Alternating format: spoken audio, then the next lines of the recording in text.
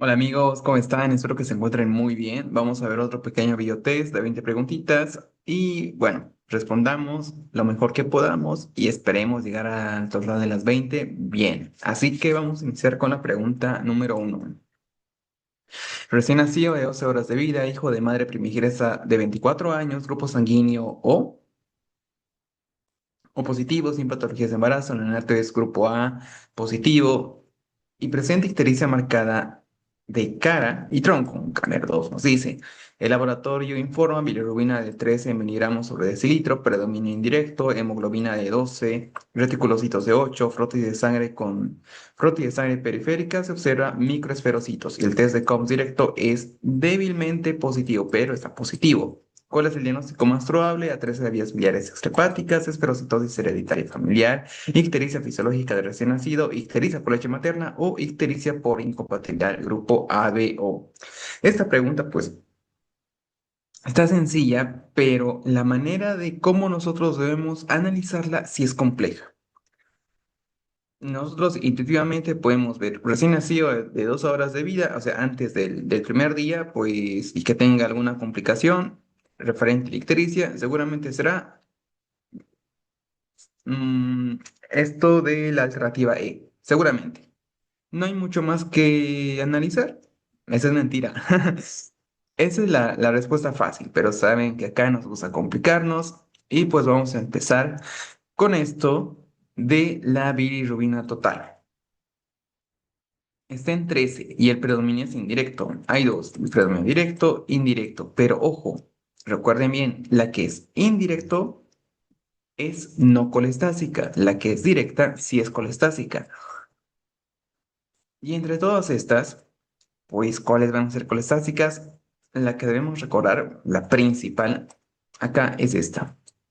La alternativa D, perdón, A, al 13 de vías biliares extrahepáticas. Este va alrededor de un poco más de la semana, puede ser, pero la clave es que es de predominio directo y tiene datos de colestasis.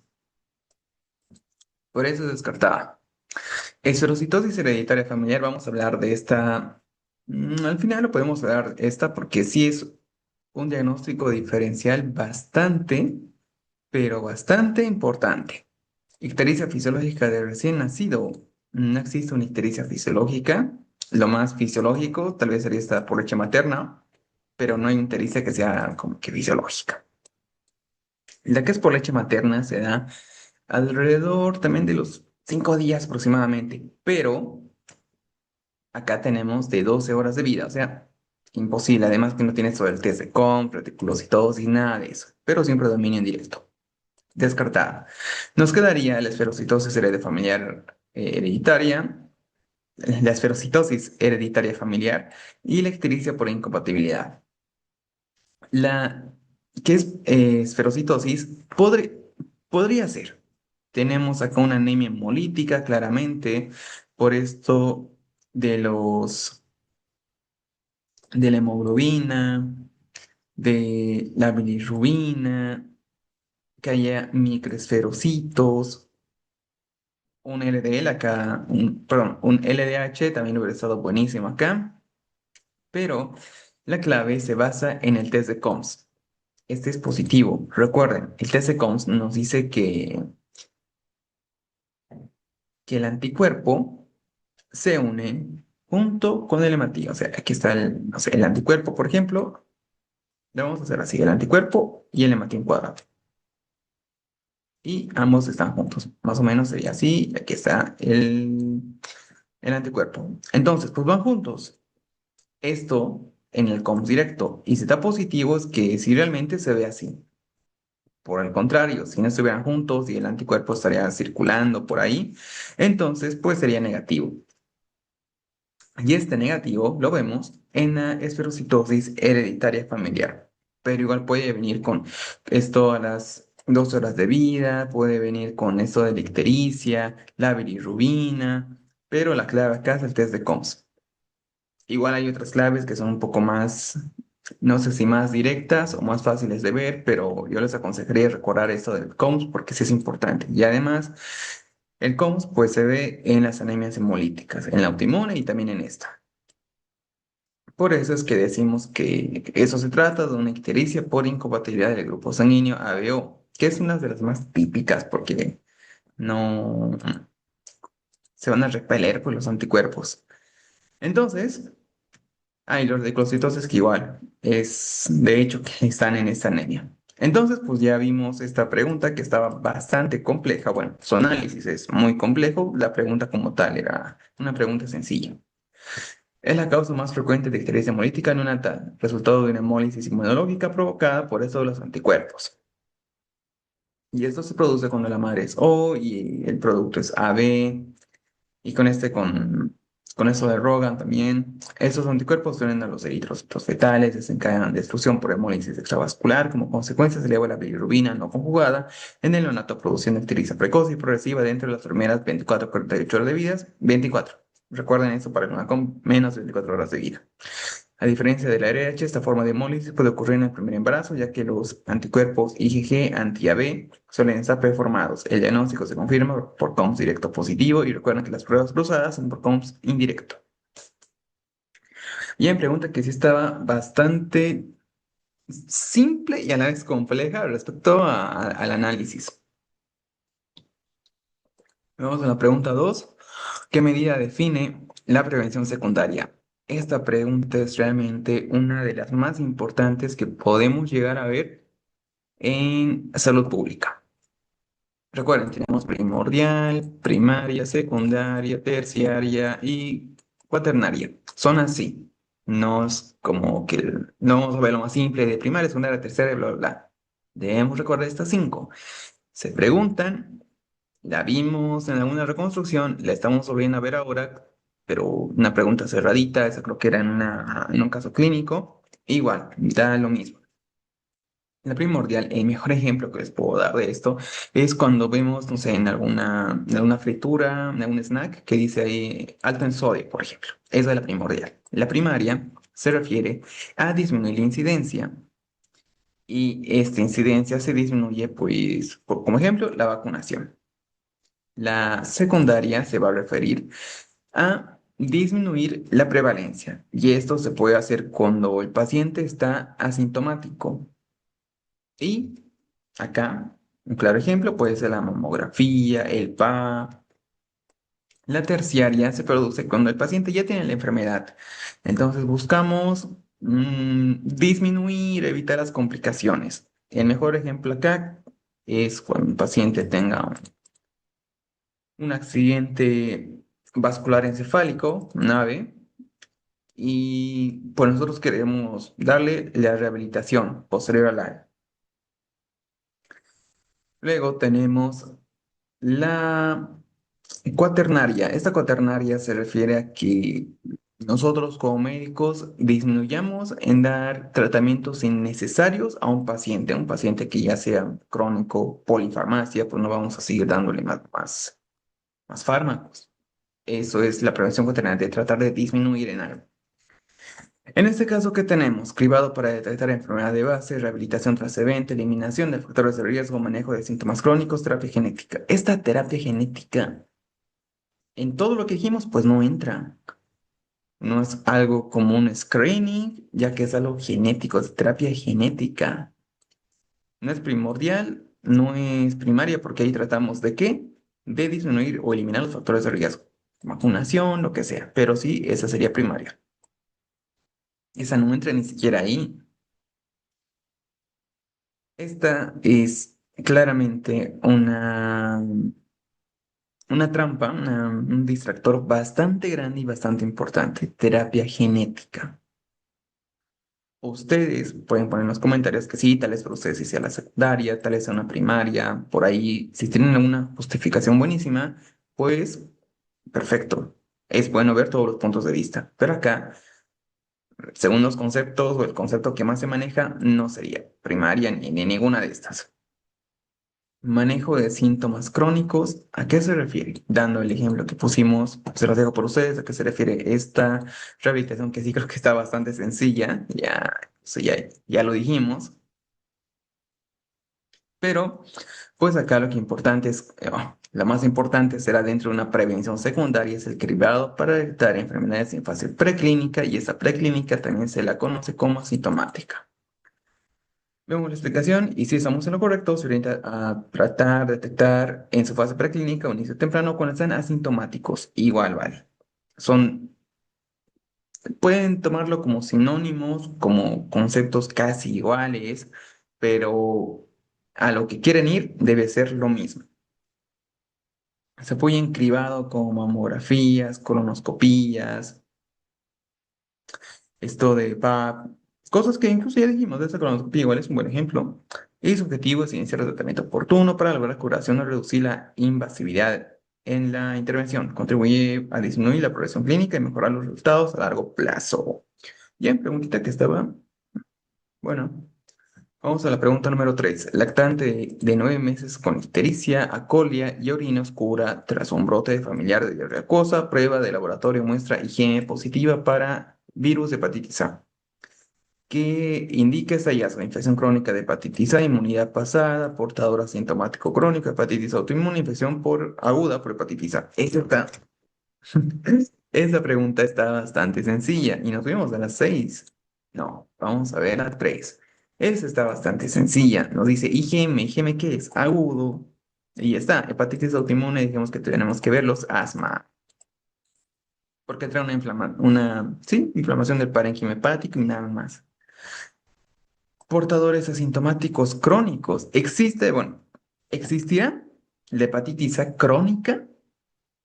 Sí hay, como, no sé, la hepatitis B, la hepatitis C, que pueden cronificar, que tienen múltiples complicaciones muy graves, pero esta hepatitis A, ¿será que cronifique? Pues la respuesta es no. Esta hepatitis A no cronifica. Entonces, podemos descartar todas las demás, porque infección crónica, infección crónica, portador asintomático crónico, inmunidad pasada, y la inmunidad pasada, pues ya como que puede estar. Pero aquí es IgM. No teníamos que tener IgM para pensar en una inmunidad pasada, porque esa es la que nos dice que está ahora. Por eso, la alternativa correcta es la E, infección aguda por hepatitis A, no hay más. Se diagnostica mediante la detección serológica por IgM. Este IgM aparece en la fase inicial de la enfermedad, hasta 6 meses estará positiva. El paciente cursa con infección aguda, se encuentra en periodo replicativo temprano. La IgM no confiere inmunidad a largo plazo. Esta función corresponde a la IgG antivirus de hepatitis A. Esta IgG aparece posteriormente y se mantiene de forma duradera. Acá tenemos la IgM aparece posterior, se mantiene de forma duradera, permanente, confiriendo protección inmunológica. Pero que haya como tal a esta que se cronifique, no, es incorrecto. Recuerden, la IgG, perdón, la IgM de ahora, IgG, que ya pasó. Simplemente con esos dos conceptitos, pues ya les podemos responder esta de manera súper fácil. Vamos a la pregunta número 4. Un hombre de 28 años sin antecedentes mórbidos consulta por un cuadro de 4 días de fiebre hasta 40 grados, cefalea retroorbital intensa, mialgias y artralgias. Incapacitantes. Refiere a haber regresado de una semana de viaje de vacaciones al sudeste asiático. Al examen físico destaca un exantema eritematoso difuso que respeta zonas de piel sana, algunas zonas y algunas petequias de extremidades superiores. El laboratorio muestra leucopenia, trombocitopenia leve. ¿Cuál es el diagnóstico más probable? Malaria, fiebre tifoidea, dengue, zika, meningococcemia. Esta pregunta, yo pienso que está relativamente compleja. Tenemos alternativas que se parecen, y acá la que menos es la fiebre tifoidea. Esta viene con un rash rosado, esto de síntomas gastrointestinales, pues acá tenemos fiebre incapacitante, parece ser una de esta fiebre quebrantahuesos, esto que se le conoce como islas, esta que respete, o este eritema que respete la piel, algunas zonas de piel sana, y leucopenia, trombocitopenia leve. Creo que ya sabemos a qué se refiere. Y el antecedente igual es sudeste asiático, que es algo un poco raro, pero aún así es un distractor grande. Entonces, fiebre tifoidea no es. ¿Cuál podemos descartar también? La meningococcemia. Esta sí puede venir con petequias, pero es muy grave. El paciente tendría que estar con alteración del estado de conciencia, séptico, tóxico. No es. Tenemos malaria, Zika, dengue, las enfermedades tropicales. Pues Zika, no, esto de la Zika es o el paciente puede venir con fiebre, pues algo leve, a veces sin fiebre incluso. Datos algo indistintos, pero sí, el dato cardinal es que puede llegar a tener conjuntivitis no purulenta. Eso sería como dato cardinal. Y obviamente el antecedente de algún lugar tropical o endémico. La malaria también es incorrecta. El cuadro puede parecer, no tiene esto de la zona que va a respetar la piel sana, pero como dato cardinal de la malaria, yo les aconsejo recordar eso de la fiebre que puede venir cada 48 horas o cada 72 horas. Esto es debido a que este parásito pues se va a replicar en ese tiempo. O sea, se muere, está el paciente con disminuye su fiebre y otra vez vuelve a aparecer. Otra vez se aumenta la fiebre justamente por la liberación de catecolaminas que va a tener, pues es que surjan parásitos ahí en la circulación o que surjan su, ¿cómo llamarlo? Mm, frente, o sea, que surja la defensa natural del cuerpo frente a este parásito. Va a haber todos los mediadores bioquímicos, pero la clave es la liberación, la gran liberación de citoquinas proinflamatorias. Y también esta lesión endotelial, que obviamente va a estar. Entonces no es paludismo y nos quedamos con el dengue clásico. Recuerden la fisiopatología del dengue clásico, que es por fuga capilar en la peor fase. Acá, como que no tenemos eso, esa trombocitopenia leve que sí puede consistir propia del dengue y todo lo demás es característico. Esto de la que respete zonas de piel sana, pues no es de lo más preguntado, aún así se la conoce como islas o como islotes también, porque son como, más o menos así, el borde ondeado, son acá, va a estar todo bien y lo demás pasa con esta exantera. Bien, vamos a marcar entonces la alternativa C, dengue clásico. Nos dice que se manifiesta con un síndrome febril agudo caracterizado por fiebre alta, exantemas, dolores musculares, articulares intensos. Se la conoce como fiebre rompehuesos, quebrantahuesos. Es lo mismo, el exantema que puede ser maculopapular, petequial asociada a trombocitopenia transitoria que refleja compromiso hematológico leve. Pero esto leve se puede complicar. De cuadros clínicos suelen acompañarse de cefalea retroocular, mialgias, artralgias en un contexto epidemiológico endémico o en pacientes con antecedentes a zonas tropicales. De viaje a zonas tropicales, esa presentación es altamente sugestiva de dengue. Bien, pregunta que es otra manera de ver al dengue porque igual y nos podía hablar de dolor abdominal grave, que es muy representativo también de dengue, ahí se habla demasiada fisiopatología, nos podría dar un caso de shock hipovolémico por dengue también, las fases donde la fase crítica es la peor, donde igual nos puede dar un caso clínico con esto. Son otras maneras de ver esta patología tan interesante. Vamos a la pregunta 5. Paciente de 28 años refiere episodios frecuentes de cefalea atencional, especialmente durante la semana laboral y en periodos de exámenes de la universidad. ¿Cuál de los siguientes es un factor desencadenante comúnmente asociado a la cefalea tensional, estrés psicosocial y ansiedad, exposición a luces brillantes intermitentes, cambios hormonales relacionados al ciclo menstrual, ejercicio físico intenso o consumo de chocolates o quesos maduros? Esta pregunta está súper sencilla. Cefalea tensional, la que viene como, entre comillas, contracturas que van directamente a la nuca y que luego va en banda. Es la clínica típica, o lo que nos puede decir en un caso clínico. Consumo de chocolates no tiene nada que ver, ejercicio físico intenso, como que habrá mialgias, pero pues no va a haber cefalea tensional, cambios hormonales relacionados al ciclo menstrual, y no tampoco, ni exposición a luces brillantes intermitentes no van a causar cefalea tensional. Lo único que cuadra acá es el estrés psicosocial y la ansiedad, por eso cefalea tensional. El estrés es mayor desencadenante. Pregunta súper sencilla. La explicación pues nos dice lo mismo. Otros factores además de los que vimos acá pueden ser fatiga, privación de sueño, posturas inadecuadas, bruxismo. todo a la final nos habla de qué, estrés y ansiedad. Y también nos dice que el estrés puede desencadenar migrañas.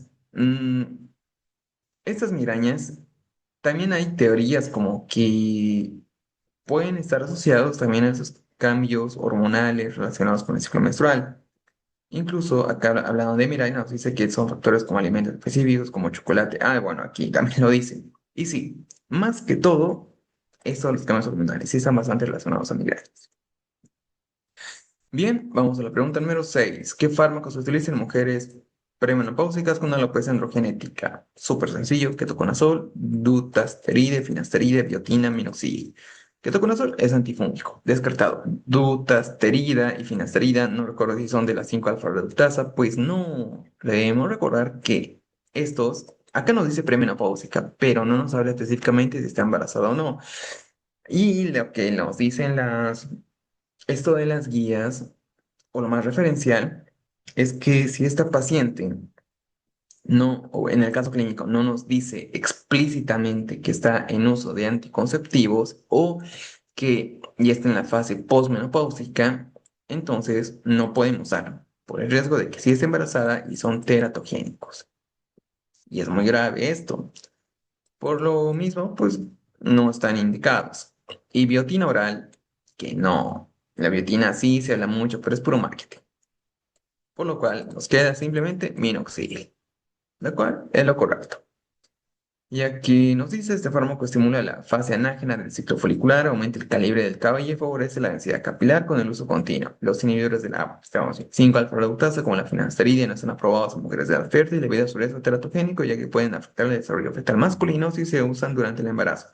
A pesar de que no tengamos el dato de que esté embarazada, debemos estar seguros de que lo debe colocar acá explícitamente, de que está con anticonceptivos o que está en la fase postmenopáusica. Si no, no se da. Vamos a la pregunta número 7. Mujer de 78 años con antecedentes de hipertensión arterial, es traída por su hija debido a un cuadro de 3 meses de evolución caracterizado por apatía, insomnio de conciliación, pérdida de apetito y quejas persistentes de fallas de memoria. Al examen físico destaca un ánimo marcadamente bajo y en el examen mental se observa bradixiquia, o sea, como que está lento de pensamiento, sin evidencia de déficit cognitivo estructural en el mini mental. Bien, el laboratorio descarta hipotiroidismo. ¿Cuál es la conducta farmacológica de primera línea? Ya. Iniciar dosis plenas de amitriptilina para mejorar el patrón de sueño, administrar prazolam o en horario nocturno para manejo de insomnio y ansiedad, risperidona en dosis bajas para manejar apatía y enlentecimiento psicomotor, iniciar suplementación con complejo bicitrato de magnesio antes de considerar psicofármacos, iniciar los inhibidores selectivos de recaptación de serotonina. Bien, poquito hablando de esto del enunciado, pues es un paciente adulto mayor, antecedente de hipertensión, traída con su hija por esto de apatía, insomnio, de conciliación, pérdida de apetito, quejas por falta de memoria. Eso de las quejas por falta de memoria es un gran distractor. Al examen físico, ánimo bajo, se observa bradesiquia, sin evidencia de déficit cognitivo estructural, ya que el mini mental está bien. Esto, pues, nos ayuda mucho, ¿no? Porque si esto estuviera disminuido, me parece que menos de 25 se habla de demencia. Y dentro de toda la demencia, hay demencias que pueden traer datos de qué? Pseudo, que es pseudodepresión. Demencias pseudodepresivas. Y si tenemos esto en mente, pues lo descartamos porque nos habla acá que el déficit cognitivo estructural está bien, ya que mini mental está arriba de 25. Entonces, descartar esa demencia pseudodepresiva, porque si no, pues ya tendríamos que considerar todo el cuadro y todas las alternativas, mientras que acá se habla de una depresión. 3 meses, apatía, insomnio de conciliación, no tenemos ideas de autodesuscribirse de la vida. Aún así, por todos los datitos, como que sí, cuadra. Y descartamos el hipotiroidismo porque es lo principal para pensar en algo orgánico. Entonces, esto de la amitriptilina no. por mucho riesgo de arritmias. Alprazolam no, porque lo dejamos con riesgo de caídas, cefaleas. Iniciar risperidona. La risperidona tampoco se da en un paciente adulto mayor. Este es un antipsicótico de típico o atípico. Es atípico, pero pues puede traernos ciertas complicaciones como que el paciente se sienta confundido, incluso algo de contracturas, una especie de rigidez, bueno, no tanto como rigidez, pero sí ciertas contracturas, confusión.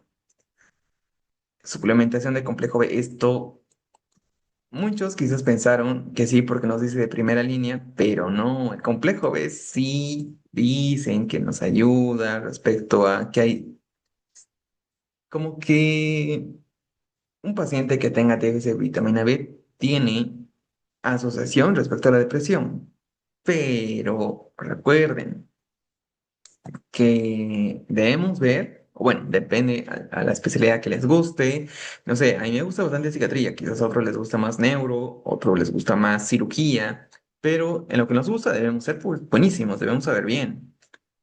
Y en este caso, el complejo B no se utiliza, y aún menos el citrato de magnesio. Aunque hay otros que dicen que sí, que la apoyan, pero pues no hay tal evidencia como tal. Y el complejo es de los más estudiados. El citrato de magnesio, no, ya sabemos que nada se lo encontramos en comida, en cosas verdes. Esto, pues, con la dieta ya estamos bien.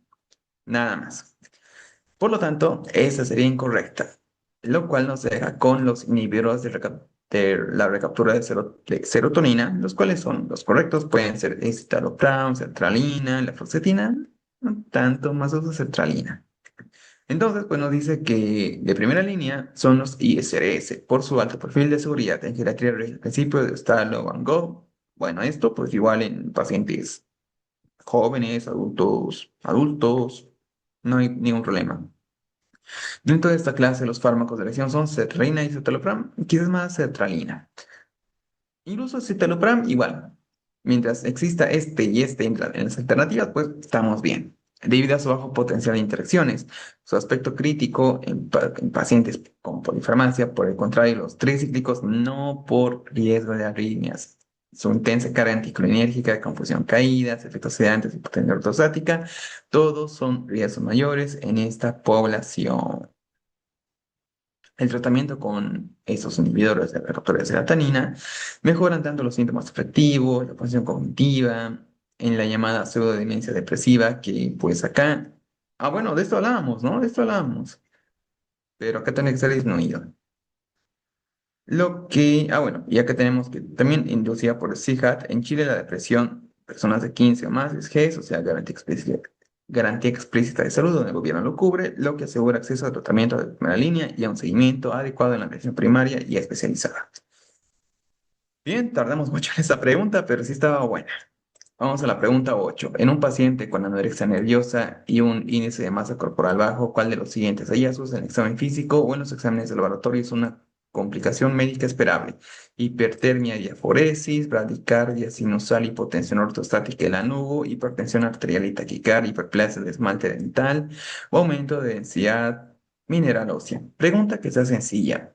Hipertermia, no, tenemos hipotermia, incorrecto. Hipertensión arterial, no, hay hipotensión, hiperplasia de esmalte dental, más bien habría disminución del esmalte dental, incluso algo de caídas de dientes, que se rompa fácil, aumento de densidad mineral ósea, tampoco, es lo contrario, disminución de la densidad mineral ósea, lo cual nos deja simplemente con la alternativa B, no hay mucho más que explicar, estaba bastante sencillo. Las complicaciones que vamos a ver será bradicardia sinusal, hipotensión, otros días, sí, no, estamos hablando del anugo, que es el crecimiento de vello fino y suave en espalda, brazos y cara para conservar el calor, pero eso es ya en casos graves. Amenorrea que sí, igual es esperado, osteoporosis osteopenia, piel seca, estreñimiento, alteraciones electrolíticas, cuidado con la hipocalemia o la hipopotasemia, porque sí es algo muy grave. Complicaciones no típicas de hipertensión y taquicardia, no hay hiperplasia dental, es subtipo purgativo que puede haber erosión dental por vómitos recurrentes. Mm, nos dice que sí puede haber, pero es raro, algo atípico. Ay, Sería raro que nos digan el atípico, por ejemplo, porque lo que se pregunta muchas veces en casos clínicos, pues es bradicardia sinusal, hipotensión. Acá dice ortostática, que solo simplemente diga hipotensión, pues y igual. Y la nubo, que es cuando ya en casos un poco más graves. Vamos a la pregunta número 9. ¿Qué síntoma es más sugestivo de hipogonadismo de inicio reciente? Hiperactividad y agresividad, disminución repentina del líbido, pérdida gradual del vello facial, osteoporosis establecida, ginecomastia crónica. Hipogonadismo no nos habla si es primario, secundario ni nada, simplemente de inicio reciente. ¿Y cuál de todas será esta? Seguramente por pérdida de testosterona, que es lo primero que debemos imaginar en algo de inicio reciente, pues será la disminución repentina del líbido, porque hiperactiva agresividad, pérdida gradual de vello facial, osteoporosis establecida, ginecomastia serán algo un poco más crónicas, igual dependiendo de si es primario, secundario, todo esto. Pero lo reciente sería pensar solamente en esto, en la disminución del líbido. Nos habla de que sí, la disminución de la testosterona sérica afecta directamente la función sexual. Se manifiesta con la disminución de deseo y en la alteración del desempeño sexual. Bien, preguntita que estaba súper sencilla. Ah, igual dice, pueden acompañarse de otros síntomas tempranos como fatiga y cambios del estado de ánimo. Qué buena que no teníamos, pero igual. Pregunta sencilla. Vamos a la pregunta 10. ¿Cuál es el pilar de tratamiento inicial para la mayoría de los casos de epicondalgia o epitrocalgia aguda? Inmovilización completa del codo, movilizar, manejo conservador, incluyendo AINES, hielo, rehabilitación, con kinesioterapia, terapia de antibióticos para descartar una causa infecciosa, inyecciones repetidas con corticoides 2 semanas, cirugía de liberación. No. Bien, igual está bastante sencilla, pues ¿qué vamos a hacer si esto es agudo, no es algo crónico, no hay complicaciones? Recuerden que acá nos pueden decir simplemente que ese es el codo del tenista, del golfista. Acá en Chile quizás más que el tenista, sea el pádel, que es muy, que se lo ve demasiado acá. Y pues bueno, inmovilización completa del codo con yeso. No, no, no, acá no hay fractura, es agudo. Cirugía de liberación, esto quizás en casos donde sí esté complicado, inyecciones repetidas de corticoide 2 veces por semana, no es demasiado, y antibióticos, no, esto no se trata de una infección ni nada de eso. Entonces, el tratamiento inicial de la epicondalia lateral y la epitroclalgia, que tenemos el tenista, golfista, conservador, ya que se trata de tendinopatías por sobreuso. Entonces, acá tendremos que decir que haya modificaciones de la actividad, el manejo del dolor agudo, pues se hará con AINES, la kinesioterapia que es bastante importante, órtesis con uso de de cincha o banda de contrafuerza en el antebrazo proximal para reducir la tensión sobre el tendón afectado, que igual sirve la cirugía en casos crónicos refractarios, tras al menos 6 meses del manejo conservador, que acá es como complicación, si lo queremos ver de otra manera. Vamos a la pregunta número 11. Un hombre de 68 años consulta por dolor lumbar persistente de 2 meses de evolución que no cede. En la última semana refiere a astenia, el examen físico, palidez de piel y mucosas y dolor a la percusión de la apófisis espinosa lumbares. En el laboratorio informa hemoglobina de 9,2, volumen corpuscular medio de 90, creatinina 2,1, calcio total de 11. El frotis de sangre periférica muestra eritrocitos en pilas de monedas, fenómeno de Rayleigh-Aux. ¿Cuál es el examen de elección para confirmar la sospecha diagnóstica? Cintigrafía ósea del cuerpo completo, resonancia magnética de columna lombosacra, biopsia de hueso por punción dirigida por TAC, electroforesis de proteínas en sangre y orina o aspirado de biopsia en médula ósea. Aspirado de biopsia de médula ósea. Bien, esta pregunta pues sí está compleja. Está bastante compleja, pero hay datitos que sí nos pueden enviar mucho. El hecho de que sea un paciente adulto mayor, pues bueno, ya un poco indiferente, diría yo. Dolor lumbar, sí es clave. Persistente de 2 meses de evolución. El calcio sérico acá es un gran distractor. Es algo esperado dentro de lo que estamos pensando, que es una de las patologías, no digo de las más raras, pero sí que se ve frecuentemente y es algo raro. La hemoglobina baja, que tenemos una anemia, lesión renal y el frotis de sangre. El frotis nos da el diagnóstico.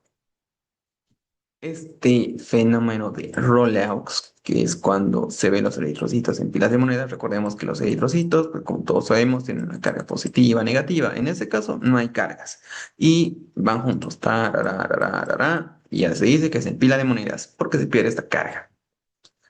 Y esto nos habla de qué? De gamepatías monoclonales, disproteinemias, como quieran llamarlo, y son varias. Está el mieloma múltiple, el mieloma algo indiferenciado, no recuerdo muy bien el nombre, la gamapatía ¿de qué es esto?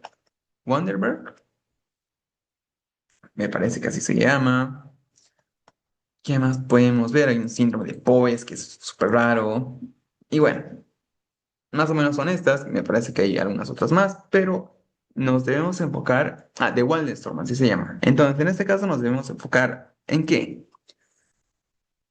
Paciente con dolor lumbar persistente de 2 meses de evolución que no cede al examen físico, palidez de mucosas que eso explica la anemia, percusión de la hipófisis espinosas lumbares, doloroso.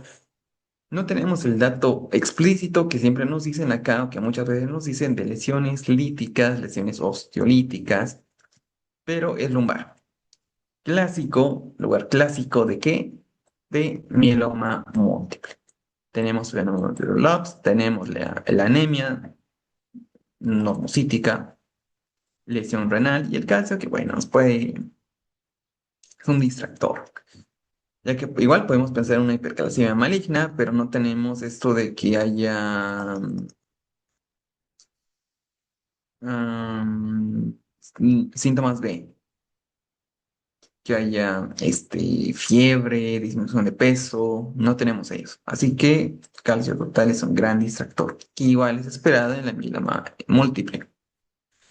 Bien, entonces, si ya sabemos el diagnóstico, o más o menos el diagnóstico, porque esta del fenómeno de Rulax está dentro de de todas las gamapatías, cintigrafía ósea, como que no sería lo correcto, esto más va a ver la ansiedad ósea, y acá no es un problema mm, de la densidad como tal, o un problema que lo puede ver la cintigrafía, ya que es una gamapatía monoclonal.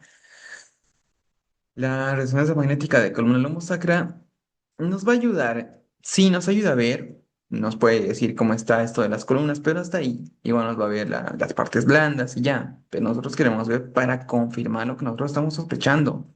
La biopsia de hueso por punción dirigida, por TAC, tampoco nos va a predecir nada. Estamos pensando tal vez en una neoplasia de hueso, por ejemplo, en una plasia ósea. No. Nos queda electroforesis de proteína de sangre en orina y aspirado de biopsia de médula ósea. El examen inicial es la electroforesis, muchas veces el más preguntado en todas las otras preguntas que vimos acerca de mieloma múltiple. En este caso es incorrecto porque nos dice para confirmar. Ojo, a veces nos pone de elección y tenemos igual esta, ya que el confirmatorio es el aspirado, pero al no tener este, igual podemos pensar en electroforesis, ya que el mieloma múltiple como tal, igual hay otro tipo de mieloma que es algo, es el resultado incierto, algo por el estilo, pero sí es incierto. Ese se lo confunde, puede ser este mieloma múltiple o este mieloma incierto, si pensamos solamente en esta, pero estaría mal. Para confirmar que sí sea mieloma múltiple como tal, por todos los datitos que tenemos acá, pues nos tendría que dar el aspirado, la cual, siguiendo esta lógica, sería lo correcto. Y estamos bien.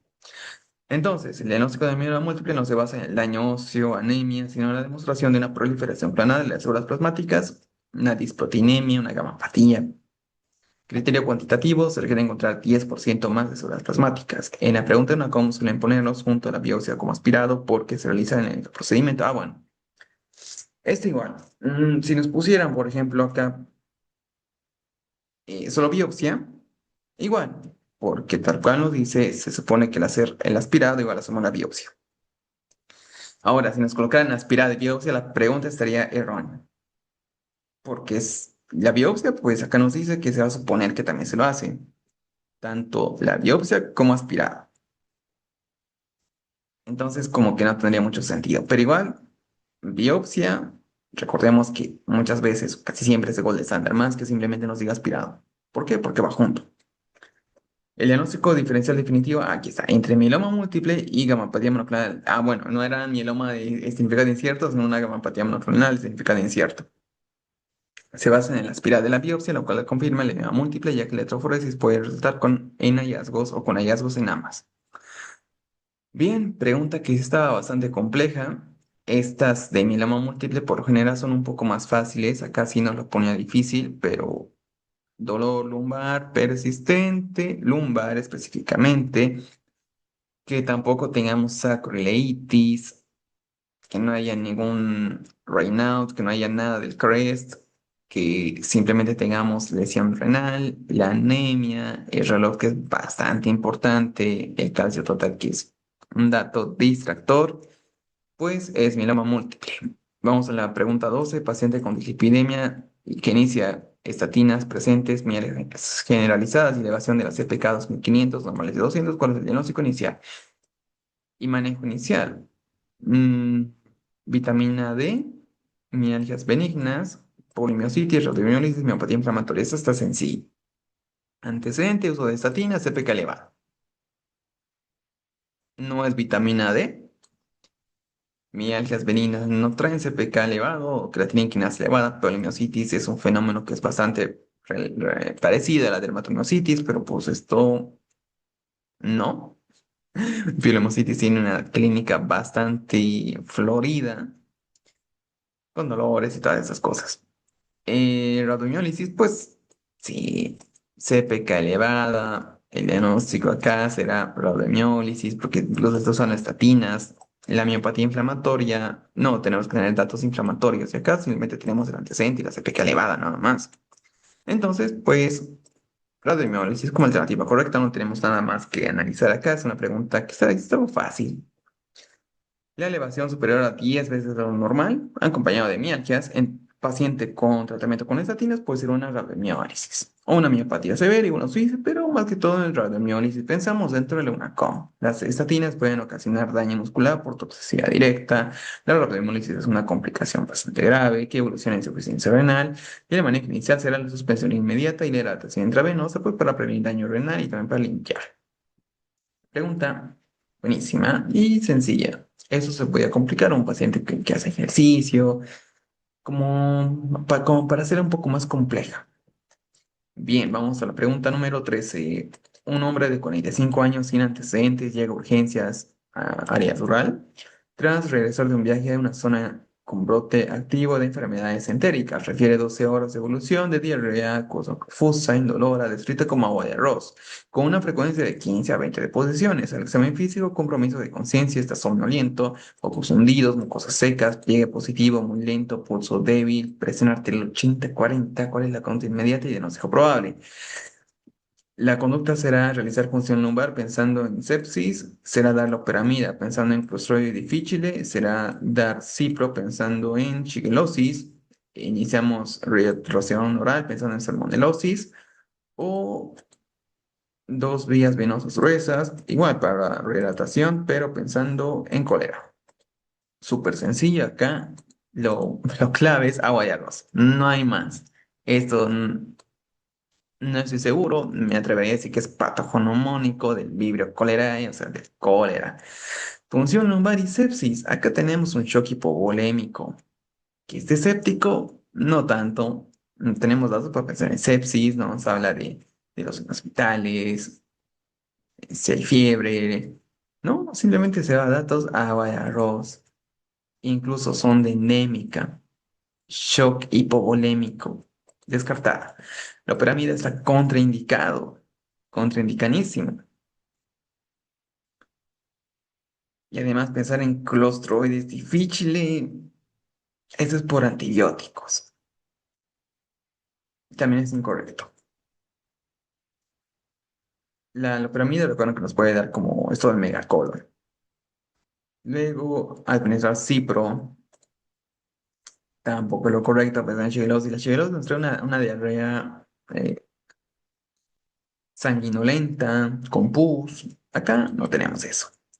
Esto de las sales orales de rehidratación oral, estos en casos bastante leves y además salmonelosis, son más datos, unos datos de estos datos de dolor abdominal, diarrea, pero no tanto como la que tenemos acá en agua de arroz. Mm, datos leves, pues, leves.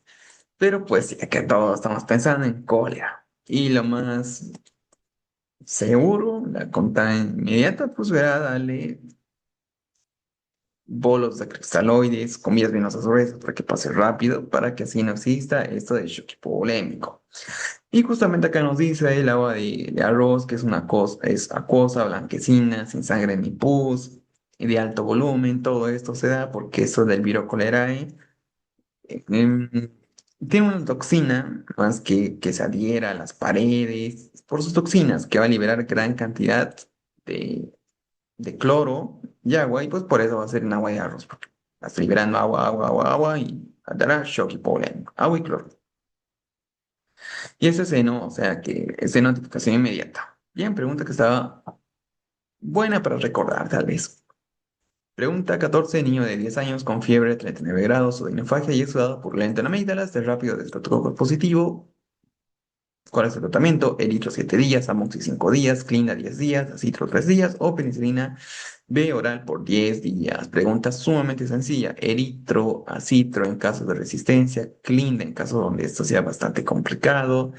Amoxi y Penny, pues sí están bien, pero la Amoxi por 5 días es incorrecto porque no, el tratamiento no va a ser 5 días, va a ser 10 días, o pensamos igual en 12, pero por la razón son 10 días.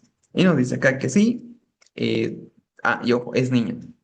Si fuera adulto, pues ya sería para pensarla y tener que tener un cuadro, pues algo bastante sugestivo que nos diga que ya toma otros antibióticos para pensar en algo de resistencia. Igual podría ser una pregunta muy compleja, pero en este caso, ser un niño, pues, penicilina viral es lo que vamos a usar, no hay más. Y nos dice que esa penicilina es el antibiótico de primera elección por su baja resistencia bacteriana, seguridad y eficacia comprobada. En pacientes que no toleran la vía oral puede administrarse la dosis única de intramuscular penicilina G benzatínica. En caso de alergia a penicilinas, los macrólidos, aunque su eficacia puede verse limitada por la resistencia creciente de estreptococo. Por la resistencia creciente de estreptococo. En esquemas más cortos, el uso de antibióticos de amplio espectro no ofrece beneficios adicionales y se ofrece mayor riesgo de fracaso terapéutico. Acá la clínica, para que nos diga 10, no, no es de primera elección. Bien, preguntita que estaba súper sencilla. Vamos a la pregunta 15. ¿Qué terapia psicológica ha demostrado eficacia frente al síndrome de intestino irritable? Refractario. Hipnosis, terapia cognitivo-conductual, psicoanálisis, musicoterapia o terapia electroconvulsiva. La electroconvulsiva no se da en pacientes depresivos refractarios al tratamiento, una ideación de autodesuscribirse de la vida bastante grande. Hipnosis, pues, es algo muy discutido. Pueden ver datos que sí apoyan, que no apoyan. En el UNACON no es lo correcto, aunque hay bastantes personas que la apoyan. Psicoanálisis no, nunca. Totalmente incorrecto. Musicoterapia, no. Acá lo que nos sirve es la terapia cognitivo-conductual. La psicoterapia cognitivo-conductual es lo correcto en este caso.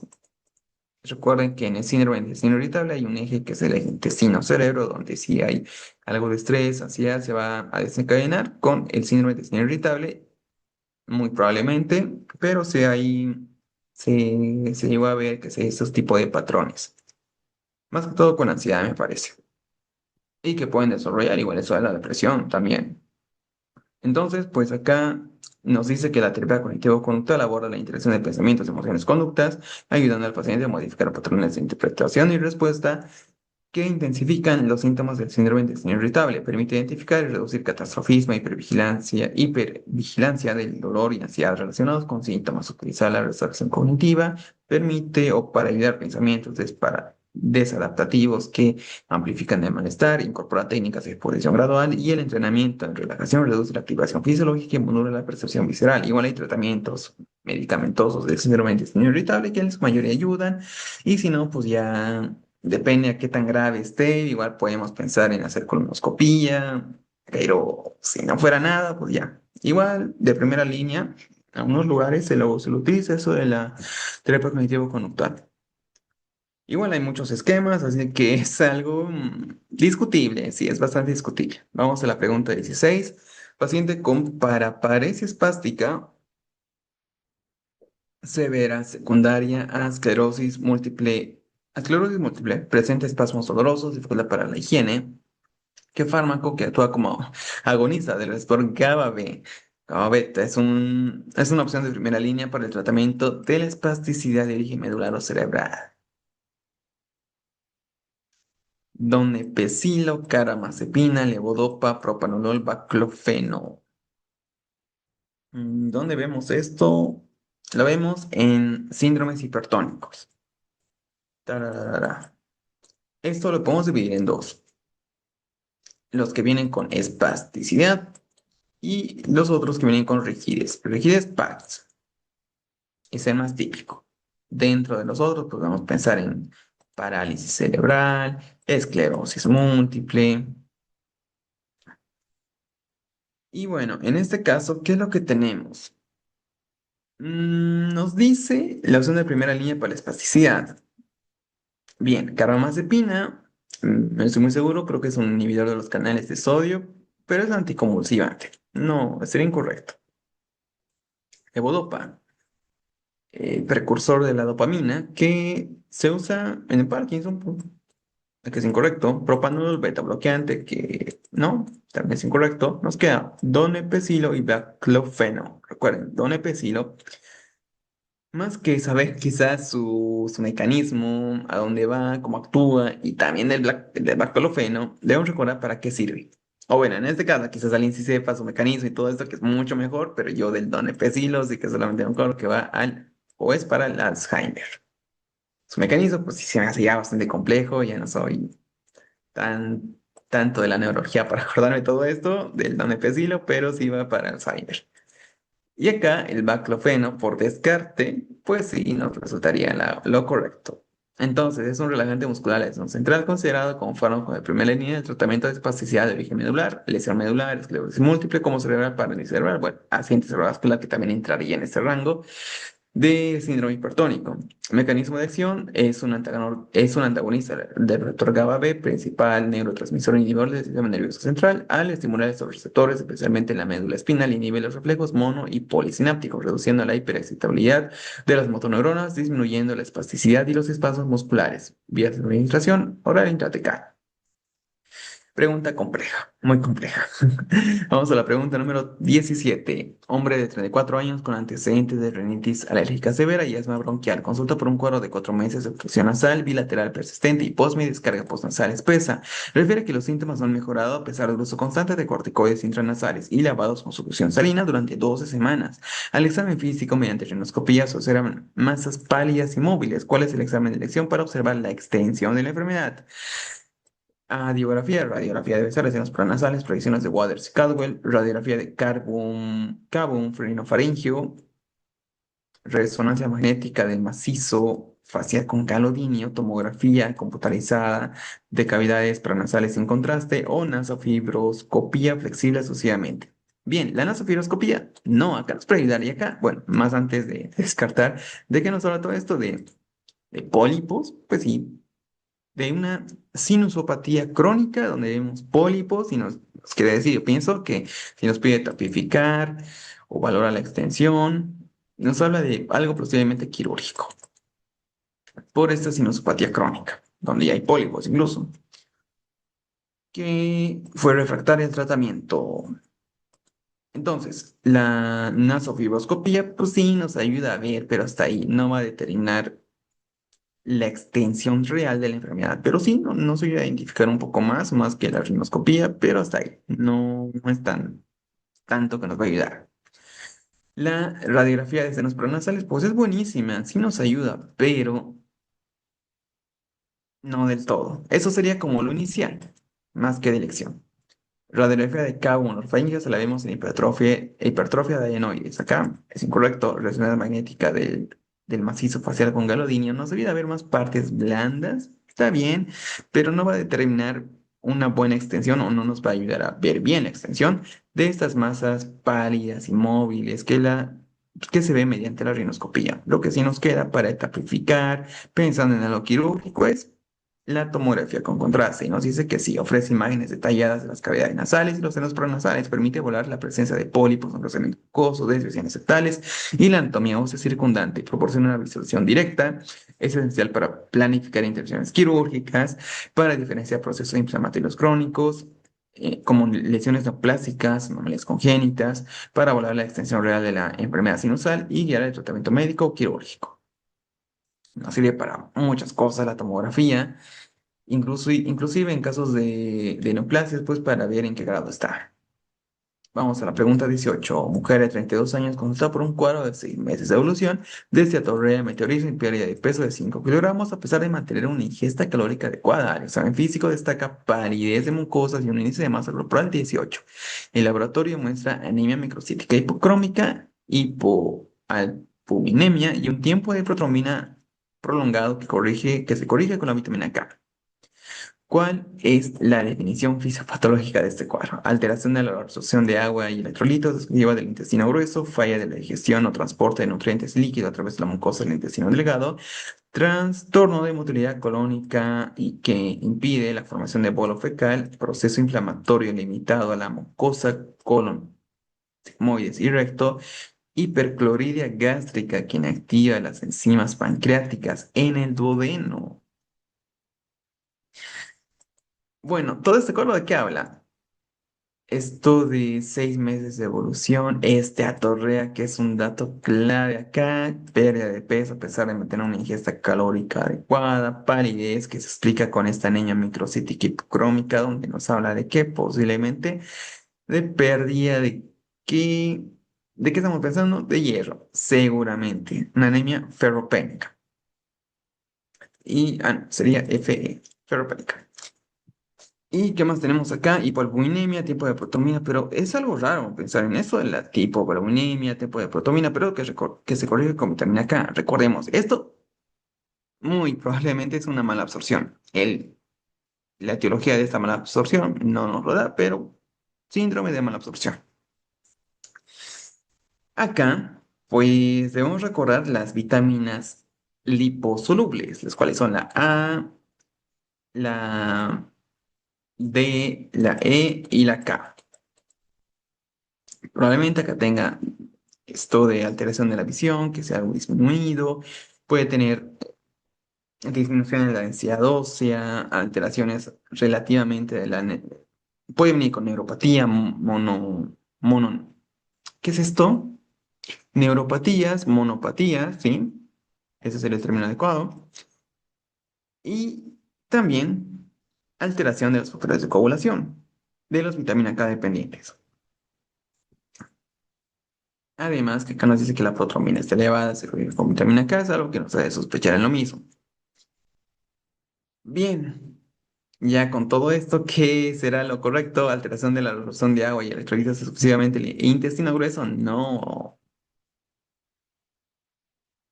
La alteración de la absorción de agua y electrolitos es el intestino grueso, pero eso no lo voy a explicar.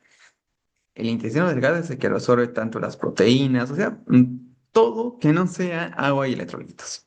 Incluso sí, algo de los electrolitos. Pero, pues, acá intestino grueso es más que todo agua, descartada. La falla de digestión o transporte, esa puede ser. Trastorno de motilidad crónica que impide la formación de bolo fecal. Trastorno solo de motilidad. ¿Qué podría darnos solo motilidad? Tal vez un intestino irritable, pero igual va relacionado con la mala absorción. También podría ser la correcta. Pero acá nos habla de la formación de bolo fecal. Mm, No cuadraría tanto pensando en la fisiopatología del por qué tenemos todo esto. Motilidad, como que no. Proceso inflamatorio limitado a la mucosa. No, estamos hablando de una enfermedad inflamatoria intestinal que probablemente es solo limitado. Mm, ¿Qué es esto? Enfermedad de Crohn. La enfermedad de Crohn y la otra, ¿cuál es? Pues, se me acaba de ir. Colitis ulcerosa, eso, colitis ulcerosa. Y la hipercloridia gástrica, bueno, es clásica de cuál? Hipercloridia gástrica que inactiva páncreas en el duodeno, del síndrome ¿de qué? Es un síndrome raro donde el paciente vomita y vomita y vomita y luego le da hematemesis.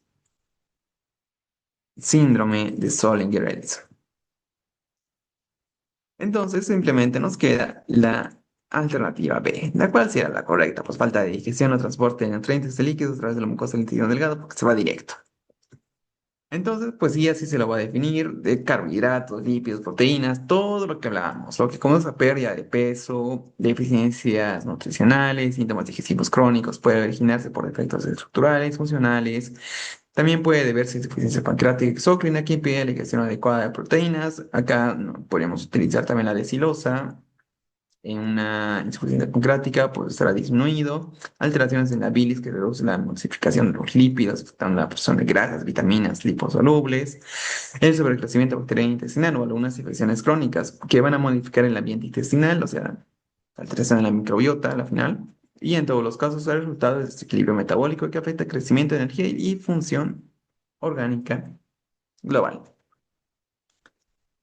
Bien, preguntita que estaba bastante interesante para resolverla a fondo. Vamos a la pregunta 19. Mujer de 35 años, mesera, refiere dolor lumbar mecánico de un mes que se exacerba al inclinarse hacia adelante para levantar objetos, mejora con la aplicación de calor local, ligero estiramiento, niega fiebre, rigidez matinal prolongada, síntomas de artritis periférica. En el examen, la movilidad de la columna está ligeramente restringida por el dolor sin déficit neurológico. ¿Cuál es la causa más probable del dolor? Espondilitis anquilosante, fractura vertebral por compresión, lumbalgia por distensión lumbar o muscular lumbar, síndrome facetario inflamatorio, osteomielitis vertebral. Osteomielitis vertebral incorrecto, tenemos que tener fiebre, un cuadro bastante agudo, síndrome facetario inflamatorio, puede ser algo parecido, pero que nos diga inflamatorio como que no curaría tanto porque no es un dolor inflamatorio, es algo mecánico, pero aún así el síndrome facetario sí viene con este tipo de alteraciones. La lumbalgia mecánica, como que sí, esta es la que más cuadra, porque fractura vertebral por compresión no tenemos ningún antecedente de fractura, espondilitis anquilosante, ese es inflamatorio, netamente inflamatorio, que ya acá lo descarta. Entonces, es la alternativa C.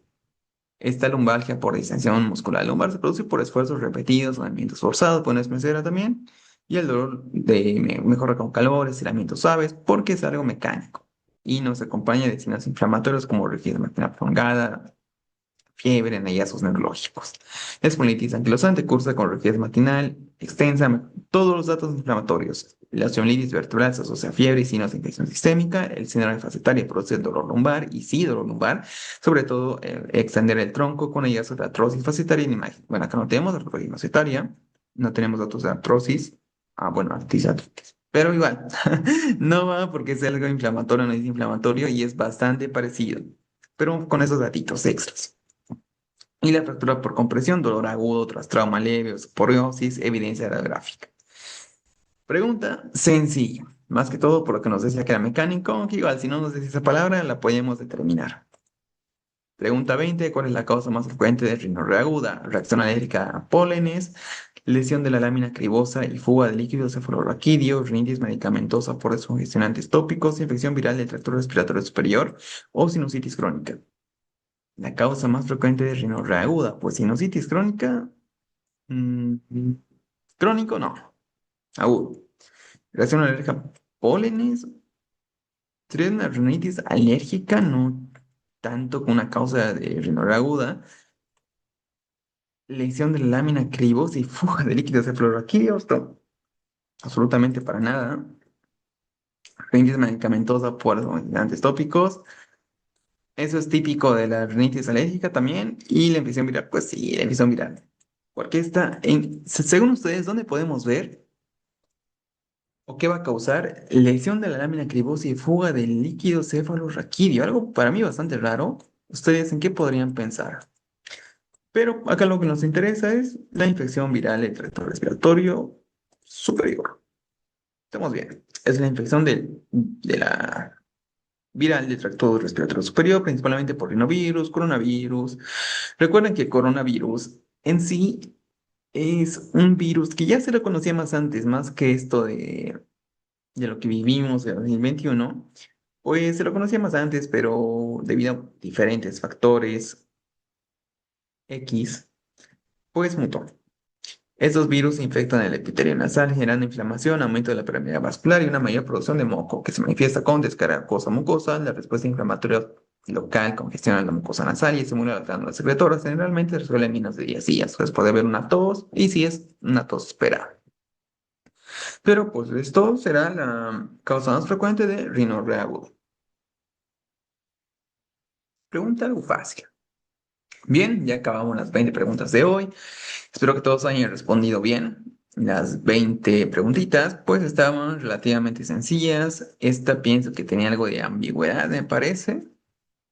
Pero bueno, nos vemos en otro video test y sigamos estudiando.